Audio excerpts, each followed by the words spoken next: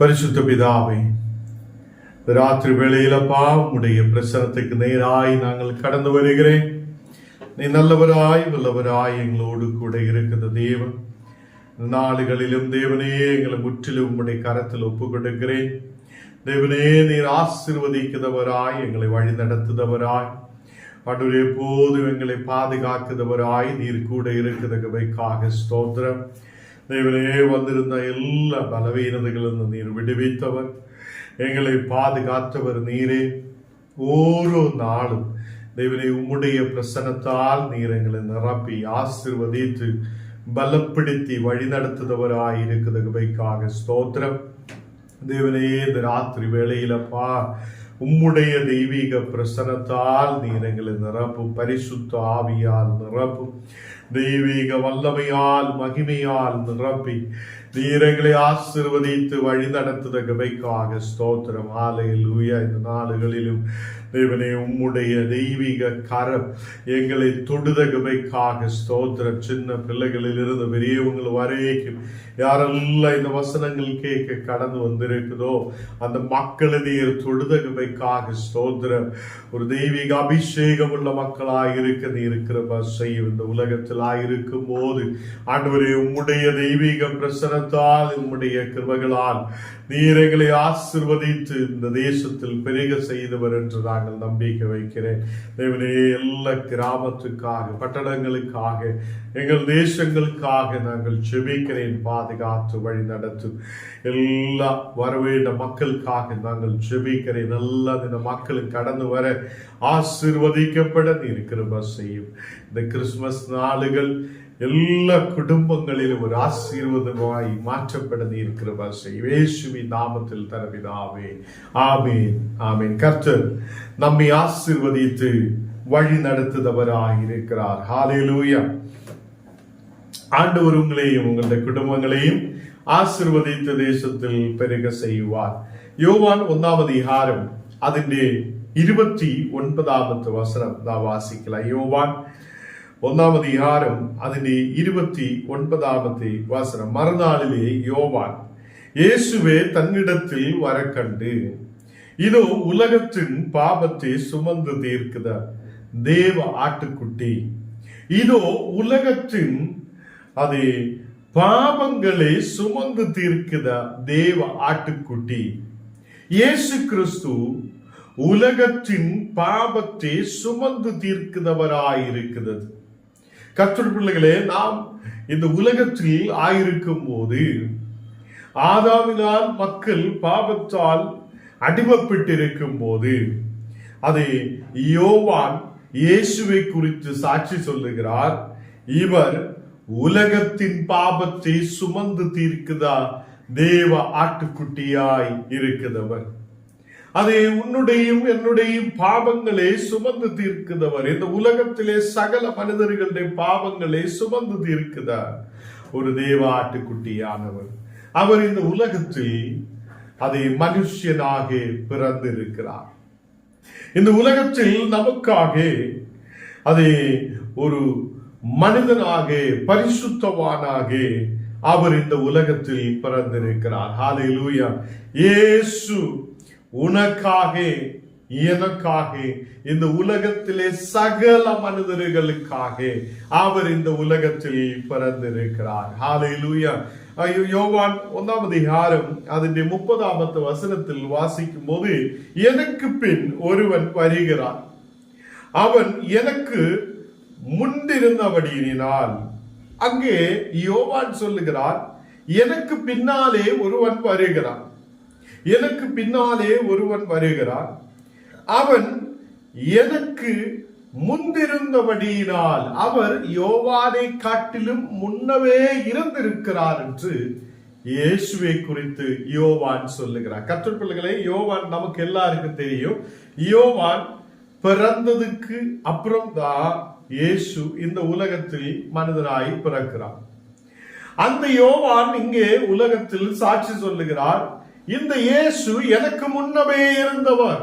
அல்லேலூயா. எத்தனை பேர் நம்பிக்கை வைக்கிறார்? அவர் முன்னவே இருந்தவர். இந்த உலகம் உருவாகுவதற்கு முன்னவே அவர் இருந்திருக்கிறார் என்றும், அவர் தேவனோடு கூட இருந்தவர் என்றும், அவர் மாம்சமாக இந்த உலகத்தில் வந்திருக்கிறார் என்றும், அவர் வார்த்தையாய் இருந்தவர் இந்த உலகத்தில் கடந்து வந்திருக்கிறார் என்று யோவான் அங்கே சாட்சி சொல்லுகிறார். அப்போ தேவ பிள்ளைகளே, யோவானுக்கு முன்னவே இருந்தபடியினால் என்று இங்கே சொல்லப்படுகிறார். என்னிலும் மேன்மையுள்ளவர் என்று நான் சொன்னேனே, அவர் இவர்தான் என்று இயேசுவை குறித்து சாட்சி சொல்லுகிறார். அப்போ யோவான் சொல்லிட்டே இருந்திருக்கிறார், எனக்கு பின்னாலே ஒருவன் வரும், அவனுக்காக வழியை ஒருக்குறதுக்காக அதுக்காக வழிதளிக்கிறதுக்காக நான் வந்திருக்கிறார் என்று யோவான் சொல்லுகிறார்.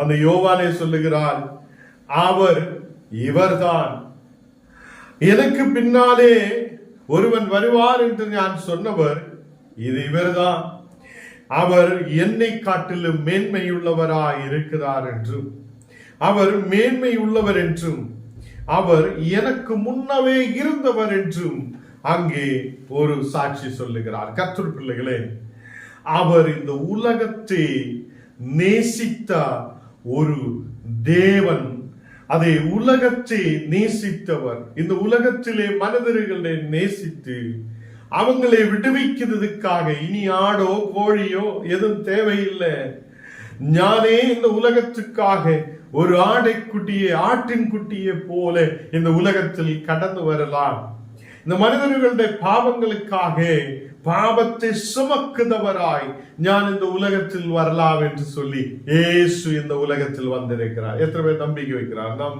விசுவாசிக்கட்டும், ஆண்டவர் எனக்காக இந்த உலகத்தில் பிறந்திருக்கிறார். ஆண்டவராய் இயேசு எனக்காக இந்த உலகத்தில் பிறந்திருக்கிறார். இந்த உலகத்திலே சகல மனிதர்களுக்காக பிறந்திருக்கிறார். அல்லேலூயா. ரோமர் 5ஆம் அதிகாரம் അതിന്റെ 12ാമത്തെ വചനം വാസിക്കുമ്പോൾ, ரோமர் 5ஆம் அதிகாரம் അതിന്റെ 12ാമത്തെ வசனம் நாம் வாசிக்கும்போது, இப்படியாக ஒரே மனுஷனாலே பாவமும் பாவத்தினாலே மரணமும் உலகத்திலே பிரவேசித்தது போலவும், எல்லா மனுஷரும் பாவம் செய்யபடியால் மரணம் எல்லாருக்கும் வந்தது போலவும் இதுவும் ஆயிற்று என்று சொல்லுகிறார். அப்போ ஒரே ஒரு மனிதனால் பாவம் இந்த உலகத்தில் கடந்து வந்தது.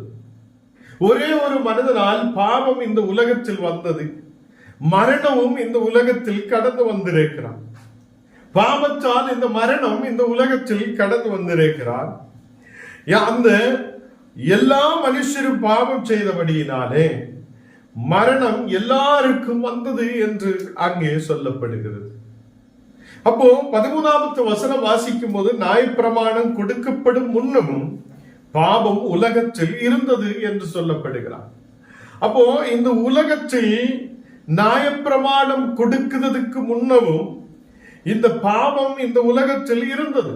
நியாயப்பிரமாணம் மோசைக்கு தேவன் நியாயப்பிரமாணத்தை கொடுக்கிறதுக்கு முன்னவும் பாவம் இந்த உலகத்தில் இருந்தது. நியாயப்பிரமாணம் இல்லாதிருந்தால் பாவம் எண்ணப்பட மாட்டாய். அப்போ இங்க ரோமர் நிரூபத்தில் சொல்லப்படுகிறது, இந்த நியாயப்பிரமாணம் இல்லை என்றால் பாவம் எண்ணப்பட மாட்டேன். பாவம் முன்னவே இருந்தது. நியாயப்பிரமாணம் கொடுக்கிறதுக்கு முன்னவும் பாவம் இருந்தது. அந்த நியாயப்பிரமாணம் இல்லாத இருந்தால் பாவம் எண்ணப்படுது இல்லை. 1, 2, 3, 4 சொல்லி எண்ணப்படுது இல்லை. அப்போ கர்த்தருடைய பிள்ளைகளே, பாவம் ஒரே ஒரு மனிதனால் இந்த உலகத்தில் கடந்து வந்தது. ஆதாமினால் எல்லா மனிதர்களும் பாவத்துக்குள்ளே கடந்து வந்திருக்கிறார்.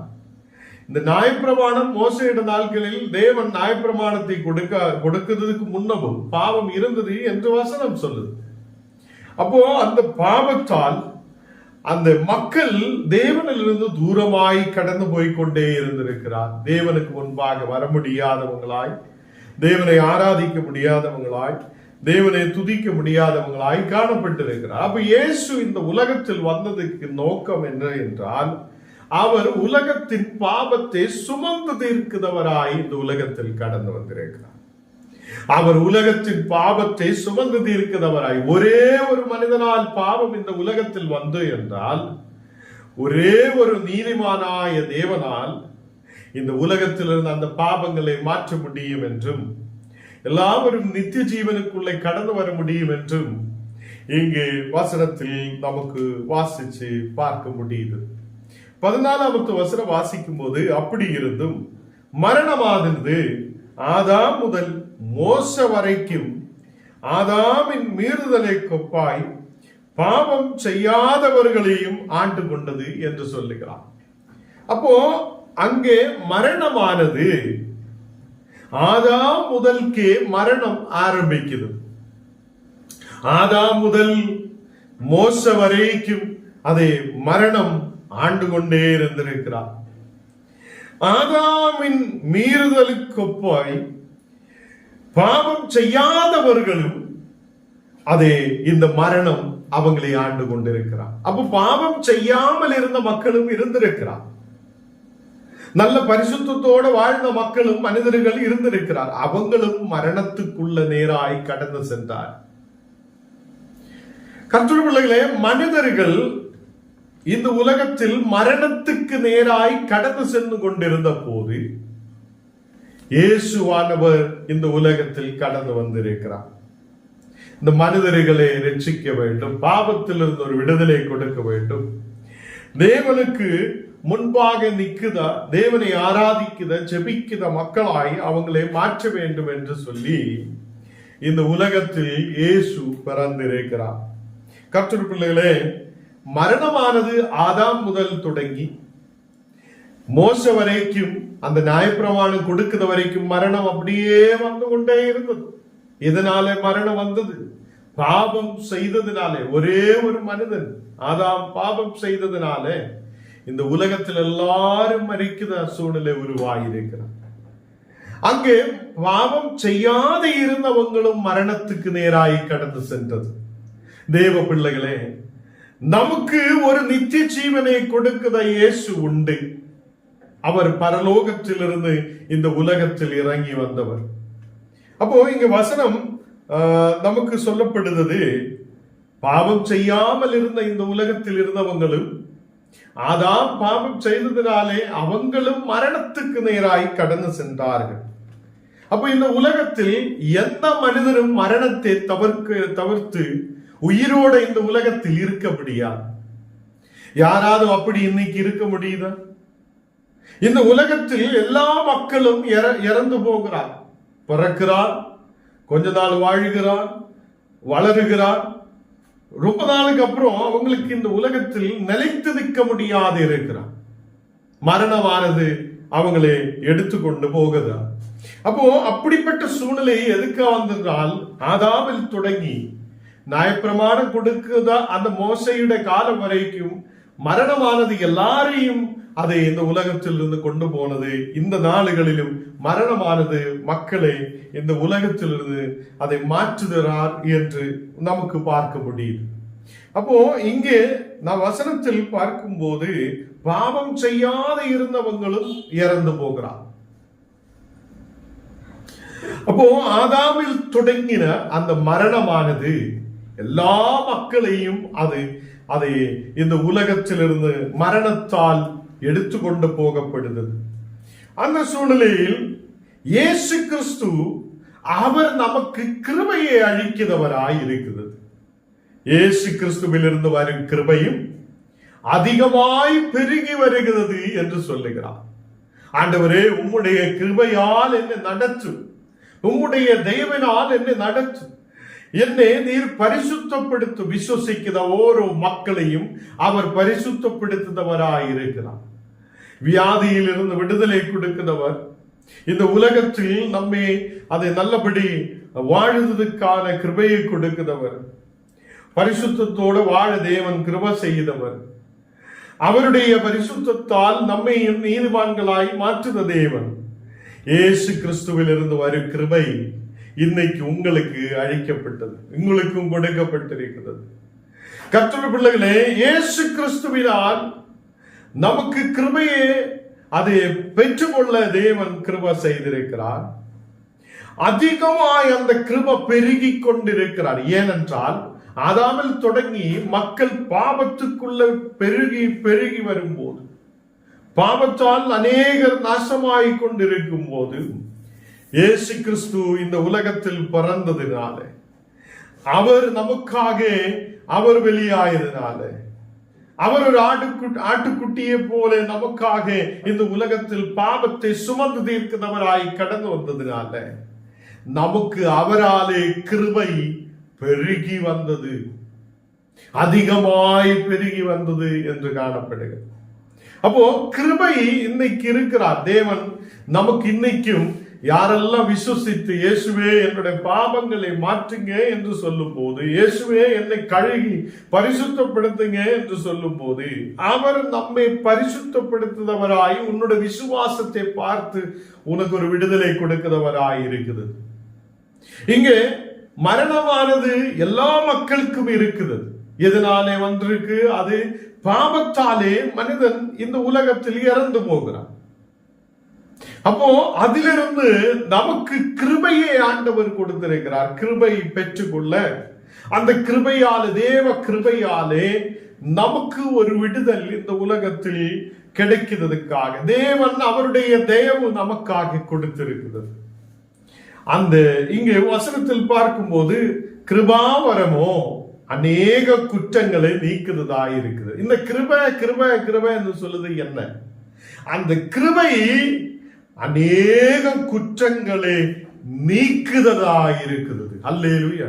எத்தனை பேருக்கு புரிஞ்சாச்சு? அநேக பாவங்கள், குற்றங்கள், குறைகள், பேச்சுவார்த்தைகளில் வருத அநேக காரியங்கள், நாம் போகுது வருது இருக்குது நிற்குது, எல்லாவற்றிலும் ஓரோ குறைகள் இருக்குது.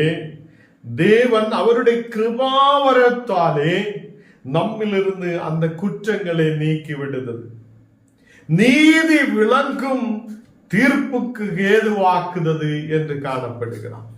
அப்போ கிருபா அதிகமாய் பெருகும் போது உன்னுடைய குற்றங்களை அவர் நீக்கி விடுகிறார், உன்னுடைய பாவங்களை அவர் நீக்கி விடுகிறார். நீ நீதி விளங்கும்படி, நீ நீதி விளங்கும் தீர்ப்புக்கு ஏதுவாக்கி உன்னை மாற்றுகிறார். இயேசு கிறிஸ்து என்பவரினால், இயேசுவினால் நமக்கு ஜீவனை அடைந்து அதை இந்த உலகத்தில் ஆள கர்த்தர் கிருபை செய்கிறார். அப்போ இயேசு கிறிஸ்துவினால் நமக்கு என்ன கிடைத்திருக்கிறார் என்றால், அதிகமாய் கிருபை தேவன் நமக்கு கொடுத்திருக்கிறது. அந்த கிருபாவரம் எதுக்கு கொடுத்திருக்கிறார்? அந்த கிருபாவரத்தாலே அநேக குற்றங்களே நீக்கி விடுதா இருக்கிறது. இந்த குற்றங்களை எப்படி நீக்குகிறார்? இயேசு கிறிஸ்துவில் உள்ள விசுவாசத்தினால் இந்த குற்றங்களை நீக்கி நீதி விளங்குந்த மக்களாய் கர்த்தர் நம்மை மாற்றுவார். அதே இயேசு கிறிஸ்துவினால் நமக்கு ஜீவனை அடைந்த மக்களாய் கர்த்தர் மாற்றுகிறார். அப்போ இந்த உலகத்தில் எல்லா மனிதர்களுக்கும் இறந்து போகிற சூழ்நிலை இருக்கிறார். மரணமானது எல்லாருக்கும் இருக்கிறார். இயேசு கிறிஸ்து நமக்கு ஒரு ஜீவனை அளிக்கிறார் என்று நாம் நம்புகிறார், விசுவசிக்கிறார். அவர் நமக்கு ஜீவனை கொடுக்கிறவராயிருக்கிறது. இயேசு கிறிஸ்துவினால் நமக்கு ஜீவனை பெற்றுக்கொள்ள முடியும். அது இந்த ரோமர் எழுதிய நிருபத்தில் 5ஆம் அதிகாரத்தில் நாம் இனி வாசிக்கும் போது அங்க நமக்கு பார்க்க முடிகிறது, ஒருவருடைய கீழ்ப்படியினாலே அநேக நீதிமான்கள் ஆக்கப்படுவார்கள் என்று காணப்படுகிறது. அப்ப இயேசு கிறிஸ்துவான ஒருவருடைய கீழ்ப்படியதுனாலே, அவர் பரலோகத்தில் இருந்தவர், அவர் பரலோகத்திலிருந்து பரிசுத்த ஆவியால் மரியாவுக்குள்ளே கர்ப்பவதியாய் அதே இந்த உலகத்தில் ஒரு குழந்தையாய் பிறக்கப்பட்டவர். அவர் பரிசுத்தராய் இருந்திருக்கிறார். அவருடைய கீழ்ப்படியதனாலே, அவருடைய கீழ்ப்படிதலினாலே இந்த நாடுகளில் அநேகர் நீதிமான்களாய் மாறுகிறார்.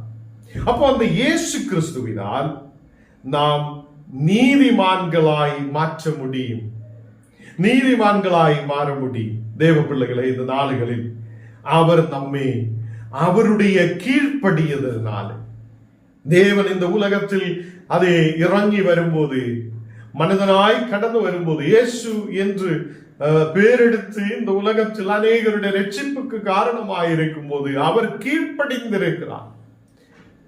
ஆதாம் அவர் கீழ்ப்படிந்தது இல்லை. அந்த ஆதாமினால் தேவன் சொல்லின வார்த்தைக்கு கீழ்ப்படிய முடியாத சாத்தானுடைய வார்த்தைக்கு கீழ்ப்படிந்து அவன் மரணத்துக்கு நேராய் கடந்து சென்றார். அப்போ ஆதாம் தேவனுடைய வார்த்தைக்கு கீழ்ப்படியாமல் இருந்திருக்கிறார். ஒடுக்கத்தை ஆதாம் இயேசு கிறிஸ்துவானவர் அவர் தேவனுக்கு கீழ்ப்படிந்தவராய் இருந்திருக்கிறார்.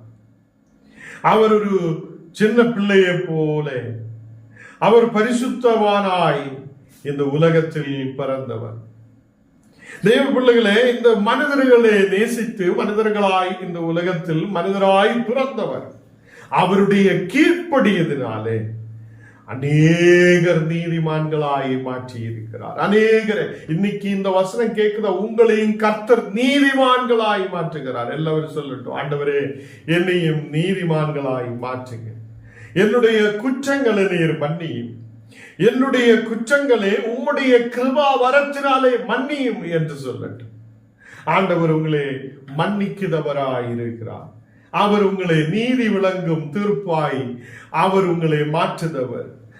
உங்களை நீதி விளங்குத மக்களாய் அவர் மாற்றுதவராய் இருக்கிறார். தேவன் உங்களுக்கு ஜீவனை அழிக்கிறவராய் ஜீவனை கொடுக்கிறவராய் இருக்கிறது. 1 பேதுரு 1ஆம் அதிகாரம் അതിന്റെ 18ാമത്തെ വചനം വാസിക്കുമ്പോൾ 1 പേതുരു 1ആം அதிகாரம் അതിന്റെ 18ാമത്തെ வசனம் வாசிக்கும்போது உங்கள் முன்னோர்களால் பாரம்பரியமாய் நீங்கள் அனுசரித்து வந்த வீணான நடத்திலிருந்து அழிவுள்ள வஸ்துக்களாகிய வெள்ளியினாலும் பொன்னினாலும் மீட்கப்படாமல். அப்போ நீங்களும் ஞானும் வெள்ளியாலே மீட்கப்பட்டவர் அல்ல. நீங்கள் இந்த உலகத்திலே பொன்னினாலே, நமக்கு தெரியும் பொண்ணு இந்த நாளுகளில் பயங்கரமான பைசை வாங்கணும்னா பயங்கர அதிகமான பைசை கொடுத்தால் தான் நமக்கு வாங்க முடியும். அப்போ இந்த நாளுகளில் பொன்னினாலேயோ வெள்ளியாலேயோ உன்னை மீட்கு கொண்டது அல்ல. நமக்கு கிடைத்த மீட்பு இயேசு கிறிஸ்துவின் கிருபையால் கிடைத்திருக்கிறது. ஹல்லேலூயா. அப்ப இயேசு கிறிஸ்துவின் கிருபையாலே தான் நமக்கு ஒரு மீட்பை கிடைத்திருக்கிறார், ஒரு விடுதலை கிடைத்திருக்கிறார், நமக்கு ஒரு ஜீவனை கிடைத்திருக்கிறார். கிருபாவரத்தை ஆண்டவர் கொடுத்து நம்முடைய எல்லா குறைகளையும் நம்முடைய குற்றங்களையும் அவர் நீக்கி விடுதவராயிருக்கிறார். அப்போ இந்த நாடுகளில் உங்களை நீதிமான்களாக்கிய ஒரு இயேசு உண்டு. அவர் தான் உங்களுக்காக பிறந்திருக்கிறார். நாம் நம்புங்க அதை. அந்த இயேசு இந்த நாடுகளில் உங்களுடைய முன்னோர்களால் பாரம்பரியமாய் முன்னோர்கள் நமக்கு முன்னாடி இருந்தவங்க முன்னோர்கள் நம்முடைய உறவினர்கள் பாரம்பரியமாய் நீங்கள் அனுசரித்து வந்த வீணான நடத்திலிருந்து நம்ம பாரம்பரியமாய் ஏதோ ஒன்று சொல்லிட்டு இருக்கும். என்னோட தகப்பன் அது செய்திருக்கிறார், அதுதான் ஞானம் செய்யும். என்னோட அம்மா இப்படிதான் போயிருக்கிறார், அதனால ஞானம் அப்படிதான் போகுவேன் என்றெல்லாம் சொல்லிட்டு வருது. அந்த சூழ்நிலைகள் நம்மிலிருந்து மாற்றப்படணும். ஹல்லேலூயா. அந்த பாரம்பரியமாய் இருக்கிற வீணான காரியங்கள் மாற்றப்படணும். நல்லது நமக்கு இருக்கட்டும்.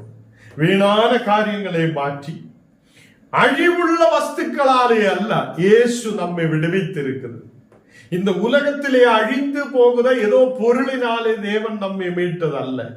அப்ப இயேசு நம்மை ஏதோ பணம் கொடுத்து வாங்கியது அல்ல. ஏதோ நமக்கு அரிசியோ பருப்போ ஏதோ எண்ணெயோ கொடுத்தப்போ இல்ல பிரியாணி கொடுத்தப்போ நம்ம விசுவாசத்துக்குள்ள வந்தது அல்ல. அப்போ நாம் விசுவாசத்தில் கடந்து வந்தது அவருடைய கிருபையாலேதான். அவர் நமக்கு அளித்த கிருபை, அதிகமாய் பெருகி வந்த அந்த கிருபை, அந்த கிருபையாலே என்னுடைய உங்களுடைய உலகத்திலே சகல மனிதர்களுடையும் பாவங்களே குற்றங்களே அவர் நீக்கி விட்டிருக்கிறது. ஹல்லேலூயா. அப்போ வெள்ளியோ பொன்னோ கொண்டு நம்மை விடுவிக்கிறது அல்ல, இயேசுவினாலே தான் நம்மை விடுவித்திருக்கிறார். 19ஆம் வசனம் வாசிக்கும் போது குற்றமில்லாத மாசற்ற ஆட்டுக்குட்டி ஆகிய கிறிஸ்துவின் விலையேற பெற்ற இரத்தத்தினாலே மீட்கப்பட்டீர்கள் என்று அறிந்திருக்கிறீர்களே. இங்கே நம்ம அறிந்திருக்கிறார்கள். எப்படி? அவருடைய இரத்தத்தினாலே தான் நாம் மீட்கப்பட்டீர்கள். அப்போ இயேசு கிறிஸ்துவின் இரத்தத்தாலே ஞானும் நீங்களும் மீட்கப்பட்டிருக்கிறார்கள். அவர் குற்றமில்லாத மாசற்ற ஆட்டுக்குட்டியானவர். அல்லேலூயா. அப்போ ஒரு குற்றமில்லாதவராயிருந்தும் பரிசுத்தராயிருந்தும் ஒரு நீதிமானாயிருந்தும் அந்த இயேசு உங்களுக்காக எனக்காக உலகத்திலே சகல மனிதர்களுக்காக பாவத்தை சுமந்து தீர்க்குத ஆட்டுக்குட்டியாய், குற்றமில்லாத மாசற்ற ஆட்டுக்குட்டியாக இயேசு கிறிஸ்து அவர் நம்மை மீட்டிருக்கிறார். இந்த உலகத்திலே வெள்ளியோ பொன்னோ பொருளோ பணமோ கொண்டு இயேசு நம்மை மீட்டது அல்ல. இயேசு அவருடைய இரத்தத்தினாலே நம்மை மீட்டிருக்கிறார், நம்மை விடுவித்திருக்கிறார்.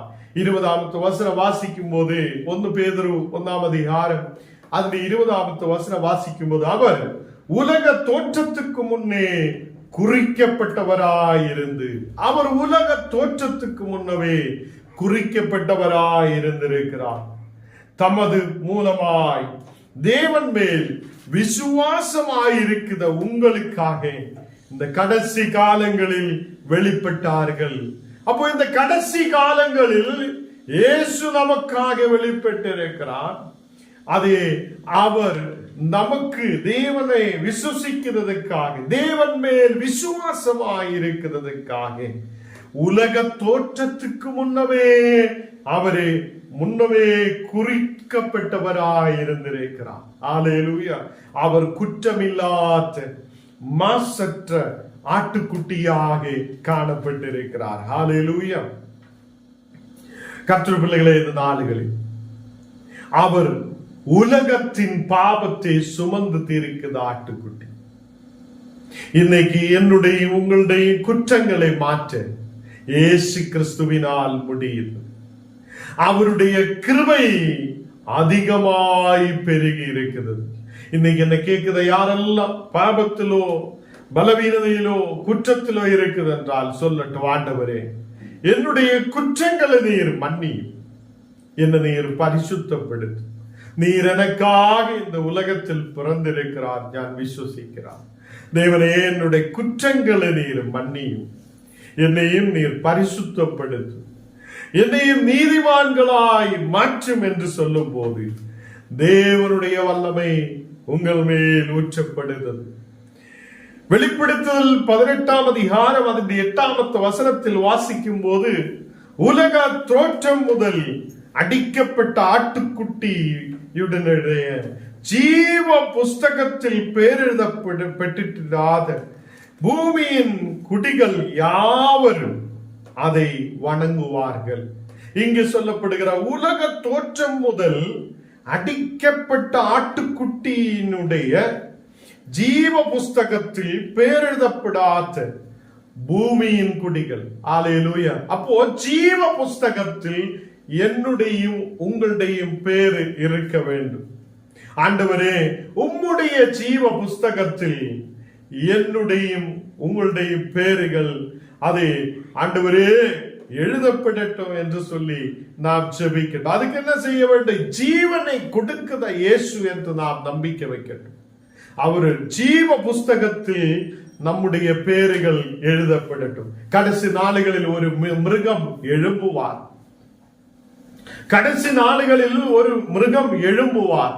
அந்த மிருகத்தை வணங்காதவங்களே அது ரொம்ப கொடூரமாய் அது பயங்கரமான பிரச்சனைக்குள்ள கொண்டு போகும் போதும் அது உலக தோற்றம் முதல் அடிக்கப்பட்ட ஆட்டுக்குட்டியுடைய ஜீவ புஸ்தகத்தில் பேரில்லாத எல்லாரும் அதை வணங்குவார்கள். அந்த மிருகத்தை வணங்குவார்கள். அந்த மிருகத்தின் அதிகாரத்தை வணங்குவார்கள். அப்போ கர்த்தருடைய பிள்ளைகளே, நாம் இயேசுவை வணங்குகிறார், நாம் இயேசுவை ஆராதிக்கிறார், நாம் இயேசுவை அதை பின்பற்றுகிறார். அவர் உண்மையான மாசற்ற அது குற்றம் இல்லாத ஒரு ஆட்டுக்குட்டி. அவருடைய ஜீவ புஸ்தகத்தில் நம்முடைய பேருகளும் எழுதப்படட்டும். கர்த்தருடைய பிள்ளைகளே, இந்த நாளுகளில் வெளிப்படுத்தல் 13ஆம் அதிகாரம் அதன் 8வது வசனத்தில் சொல்லப்படுகிறது, கடைசி நாளுகளில் அவருடைய புஸ்தகத்தில் பேரில்லாதவங்கள் எல்லாம் இந்த மிருகத்தை வணங்குவார்கள், அந்த மிருகத்துக்கு பின்னாலே சுற்றுவார்கள். நமக்கோ அவர் நம்முடைய பேறுகளை ஜீவ புஸ்தகத்தில் எழுதப்படும். அவர் நம்மை மீட்குதவராய் கடந்தவர். அவர் நம்மை ஆசீர்வதிக்கிறவர், நம்மை சேர்த்து கொள்ளுதவருமாய் நம்மோடு கூட இருப்பார். கர்த்தருடைய கிருபை உங்களுடைய எல்லா குற்றங்களையும் அழித்து உங்களை நீதிமான்களாய் மாற்றி உங்களை விடுவிப்பார். ஏனென்றால் அவர் பாவத்தை சுமந்து தீர்க்கிற தேவ ஆட்டுக்குட்டி. நாம் ஜெபிக்கலாம். தேவனே, இந்த ராத்திரி வேளையில் அப்பா உம்முடைய பிரசனத்தால் நீரங்களை நிரப்புத கிருபைக்காக ஸ்தோத்திரம். இன்னைக்கு ராத்திரியிலே ஆண்டவரே நீர் எங்களோடு கூட பேசி இருக்கிற கிருபைக்காக ஸ்தோத்திரம். தேவனே, நீங்க கடந்து வந்திருக்கிற ஒவ்வொரு மக்கள் மேலும் உம்முடைய பிரசன்னம் ஊற்றப்படுத கிருபைக்காக ஸ்தோத்திரம். தெய்வீக கிருபையால் நிரப்பட்டும். இந்த மக்களை நீர் ஆசீர்வதித்து பலப்படுத்தட்டும். எல்லா பலவீனதைகளை நீர் மாற்றட்டும். கண்ணீரான சூழ்நிலைகளை நீர் மாற்றட்டும். இந்த நேரத்தில் அப்பா வியாதிகள் பலவீனதைகள் எரிஞ்சு மாறப்படட்டும். குடும்பத்தில் சமாதானம் இல்லாத இருக்கிற சூழ்நிலைகள் இயேசுவின் நாமத்தில் எரிக்கப்படட்டும். ஓரோ குடும்பங்களிலும் இந்த பிறப்பின் நாளுகளில் தேவனே உம்முடைய சமாதானத்தை ஓரோ குடும்பங்களிலும் அனுப்புத கிருபைக்காக ஸ்தோத்திரம்.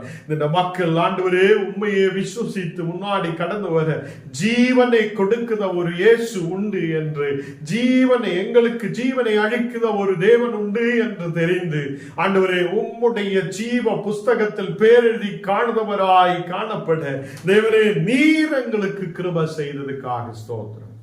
எல்லா தின மக்களையும் ஆசீர்வதித்து பலப்படுத்து. உம்முடைய பிரசனத்தால் நிரப்பி வழி நடத்து.